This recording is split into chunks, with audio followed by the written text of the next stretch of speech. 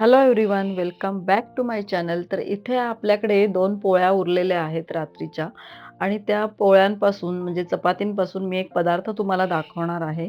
तर तुम्ही व्हिडिओ शेवटपर्यंत बघा. तर मी याचे पीसेस करून घेते आणि मिक्सरमध्ये ते बारीक करून घेते. ही चपाती रात्रीची आहे जी उरली होती, त्याच्यापासून एक सुंदर असा पदार्थ बनवतोय आपण. तर ते बघा मिक्सरमधनं मी छान असं बारीक पावडर त्याची करून घेतलेली आहे. तर हे बघा एवढं बारीक करून घ्यायचं आहे. जसं आपण ब्रेड क्रम्स करतो किंवा शेंगदाण्याचा कूट करतो.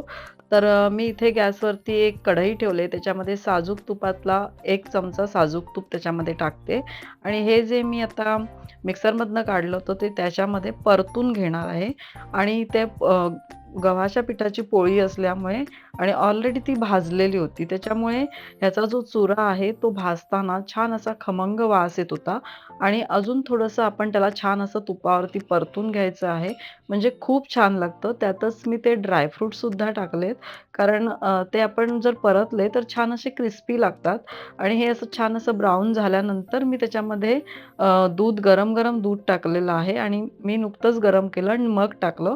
नंतर त्याच्यामध्ये वेलची पावडर टाकली आणि हे जे सगळं आहे, हे मिश्रण उकळी येईपर्यंत छान असं शिजवून घ्यायचं आहे. उकळी आली पाहिजे एक त्याला आणि जर तुम्हाला जास्त घट्ट नको असेल, तर त्यात तुम्ही थोडं दूध अजून ॲड करू शकता. तर आपण ह्या चपातीपासून काय बनवलंय, तर खीर बनवलेली आहे आणि इथे मी फक्त 2 चमचे साखर टाकलेली आहे.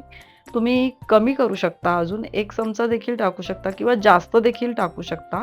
पण मी इथे 2च चमचे टाकले आणि तेवढी इनफ आहे 2 पोळ्यांसाठी.